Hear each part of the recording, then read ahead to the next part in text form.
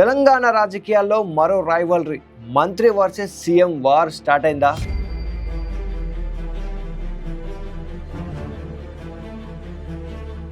ఒకవైపు సీఎం రేవంత్ రెడ్డి, మరోవైపు మంత్రి పొంగులేటి శ్రీనివాస్ రెడ్డి. ఇద్దరి మధ్య సైలెంట్ వార్ నడుస్తుందా?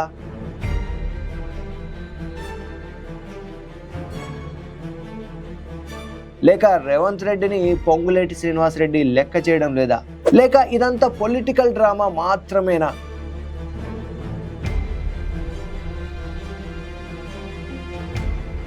ఒకవేళ సైలెంట్ వార్ నిజమై ఏదో ఒకరోజు బరస్ట్ అయితే మాత్రం తెలంగాణ రాజకీయాల్లో సంచలనంగా మారడం మాత్రం ఖాయం.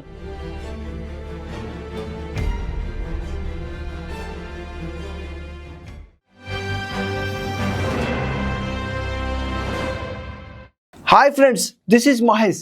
అసలు పొంగులేటికి సీఎం రేవంత్ రెడ్డికి మధ్య సైలెంట్ వార్ నడుస్తుందా అనే డౌట్ రావడానికి ప్రధాన కారణాలేంటో ఒకసారి చూద్దాం.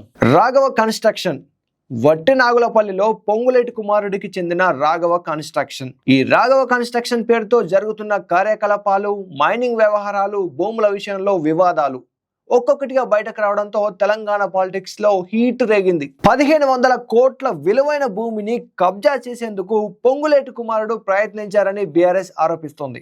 హైదరాబాద్ అవుట్స్కట్స్ లో వట్టినాగులపల్లిలో భూ వివాదంలో మంత్రి పొంగులేటి శ్రీనివాస్ రెడ్డి కుమారుడు హర్షరెడ్డి పేరు రావడం, దీనిపై బీఆర్ఎస్ లీడర్లు కేటీఆర్, హరీష్ రావు అక్కడికి వెళ్లి ఆ బాధితులకు అండగా నిలవడం వంటి పరిణామాలు తెలంగాణ రాజకీయాల్లో సంచలనం సృష్టించాయి.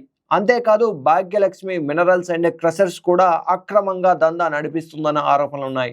దీనిపై కూడా ప్రతిపక్ష బీఆర్ఎస్ పెద్ద యుద్ధమే చేస్తుంది.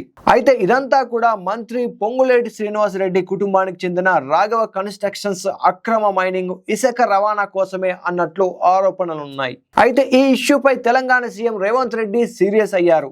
ఈ వ్యవహారంపై సిబిసిఐడి విచారణకు ఆదేశించారు. రాఘవ కన్స్ట్రక్షన్స్ కు ఇప్పటికే నోటీసులు జారీ చేశామని, అక్రమాలు నిరూపితమైతే కఠిన చర్యలు తీసుకుంటామని అసెంబ్లీ సాక్షిగా సీఎం స్పష్టం చేశారు. 12 ఏళ్లుగా జరుగుతున్న ఈ మైనింగ్ దోపిడీని తాము బయట పెట్టామని, నిబంధనలకు విరుద్ధంగా వ్యవహరించిన వారిపై చర్యలు ఉంటాయని సీఎం రేవంత్ రెడ్డి తెలిపారు. ఆయనతో పాటు మైనింగ్ శాఖ మంత్రి కూడా ఇదే విషయాన్ని ప్రస్తావించారు. అసెంబ్లీలో రాఘవ కన్స్ట్రక్షన్ అక్రమాలను ఇద్దరు మంత్రులు కూడా స్వయంగా వెల్లడించారు. ఇక సీఎం రేవంత్ అయితే కల్పించుకుని మరి రాఘవ కన్స్ట్రక్షన్స్ తప్పు పట్టడమే కాకుండా అనుమతులు లేకుండా క్రషర్స్ నడుపుతున్నట్టు తెలిపారు. అయితే ఇదంతా జరుగుతుండగానే రాఘవ కన్స్ట్రక్షన్ పై కేసు నమోదు చేసిన సిఐని ట్రాన్స్ఫర్ చేయించాడు పొంగులేటి. ఇందులో కూడా సీఎం రేవంత్ రెడ్డి ప్రమేయం లేకుండానే పొంగులేటి ట్రాన్స్ఫర్ చేయించాడన్న ఆరోపణలు కూడా ఉన్నాయి. అంటే ఇక్కడ తన ఇష్టానికి తాను వ్యవహరిస్తున్నట్లుగా తెలుస్తుంది. సాధారణంగా సీఎం స్థాయి వ్యక్తులు అక్రమ కార్యకలాపాలు చేస్తున్న వారెవరి మీదనైనా చర్యలు ఉపక్రమించడం చాలా మంచి పరిణామం. సీఎం రేవంత్ రెడ్డి రాఘవ కన్స్ట్రక్షన్స్ మీద ఓపెన్ గా మాట్లాడడం వెనుక మాత్రం మరో కోణం కూడా కనిపిస్తోంది. ఇదే ఇప్పుడు తెలంగాణ పొలిటికల్ సర్కిల్స్ లో హాట్ టాపిక్ గా మారింది. ఓకే, ఈ కోణం ఏంటనే విషయం చెప్పే ముందు మీకు ఇక్కడ ఇంకో విషయం కూడా ప్రస్తావించాలి. హైదరాబాద్ లో భూమి అంటే గోల్డ్ కంటే విలువైన అసెట్. అలాంటి భూముల మీద ఇప్పుడు మంత్రి పొంగులేటి శ్రీనివాసరెడ్డి పేరు చుట్టూ చర్చలు జరుగుతున్నాయి. హైదరాబాద్ లో ఉన్న 1 ఎకరం భూమి విలువ పొలిటికల్ పవర్ ని డైరెక్ట్ గా ప్రభావితం చేస్తుంది. హైదరాబాద్ భూములపై పట్టు అంటే అది కేవలం ఆస్తి మాత్రమే కాదు, పొలిటికల్ గేమ్ ని తిప్పే పవర్.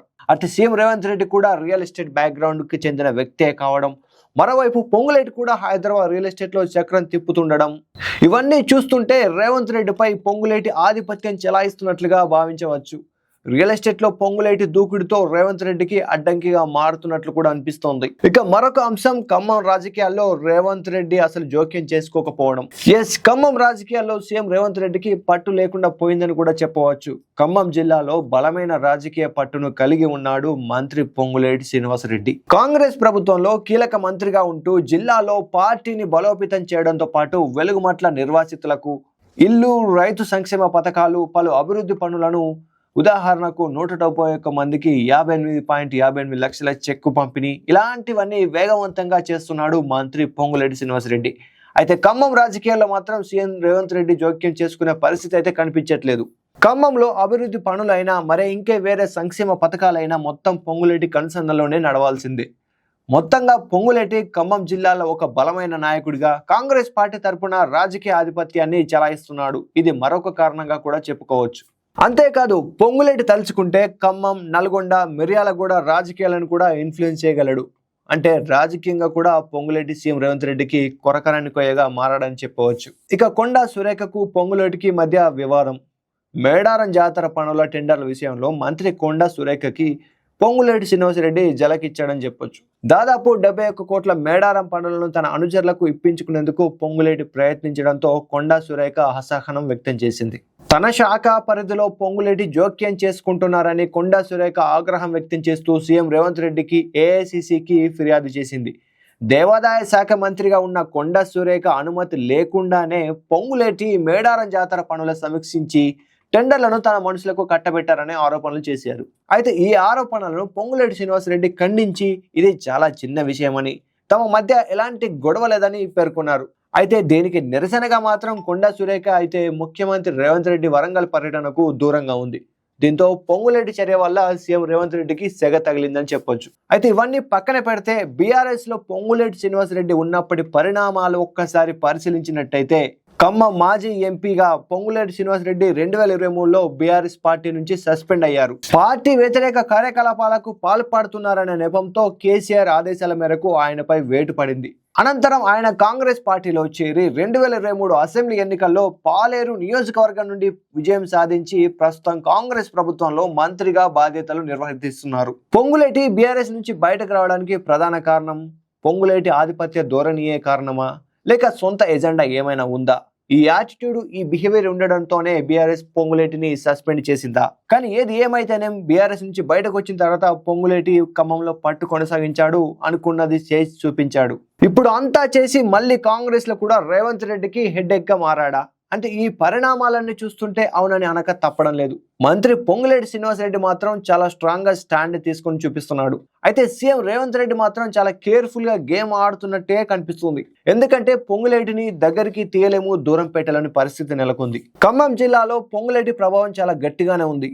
అలాంటి లీడర్ పై ఎలాంటి చర్యలు తీసుకునే పరిస్థితి రేవంత్ రెడ్డి దగ్గర కానీ కాంగ్రెస్ హైకమాండ్ వద్ద కానీ లేదు. కానీ పొంగులేటిని అడ్డుకోకపోతే నెక్స్ట్ సీఎం తానే అని చెప్పే పరిస్థితి కూడా లేకపోలేదని జరుగుతున్న పరిణామాలే చెప్తున్నాయి. మరి సీఎం రేవంత్ రెడ్డి, పొంగులేటి శ్రీనివాసరెడ్డి మధ్య, వీరిద్దరి మధ్య ఈ ఇష్యూపై ఇప్పటికే భిన్నాభిప్రాయాలు వచ్చి కోల్డ్ వార్ స్టార్ట్ అయినట్లే అనిపిస్తుంది.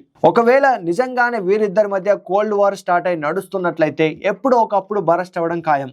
అప్పుడు ఆ బరస్ట్ అయిన తర్వాత అప్పుడు కాంగ్రెస్ పార్టీలో అసలైన పొలిటికల్ వార్ స్టార్ట్ అవడం ఖాయం. ఇప్పటి వరకు కనిపించిన లీడర్షిప్ ఒకలా ఉంటే బరస్ట్ అయిన తర్వాత పొలిటికల్ మ్యాప్ పూర్తిగా చేంజ్ అవుతుంది. అది పార్టీలోనే పెద్ద చీలికలకు దారి తీసే ఛాన్స్ ఉంది. కీలక నిర్ణయాలు, కాంట్రాక్టులు, రాజకీయ సమీకరణాలన్నీ బయటపడే అవకాశం ఉంది. మరి నిజంగానే పొంగులేటి రేవంత్ రెడ్డిని దాటుకుని నెక్స్ట్ సీఎం అవ్వడం కోసం ఇదంతా చేస్తున్నాడా, లేక నేనే రాజు నేనే మంత్రి అనే ధోరణితోనే పొంగులేటి ఇలాంటి పరిణామాలు ఎదురవుతున్నాయా? మరి మీరేమనుకుంటున్నారు? కాంగ్రెస్ లో జరుగుతున్న ఈ పరిణామాలపై మీ అభిప్రాయం ఏంటి? ఖచ్చితంగా కమెంట్ చేయండి.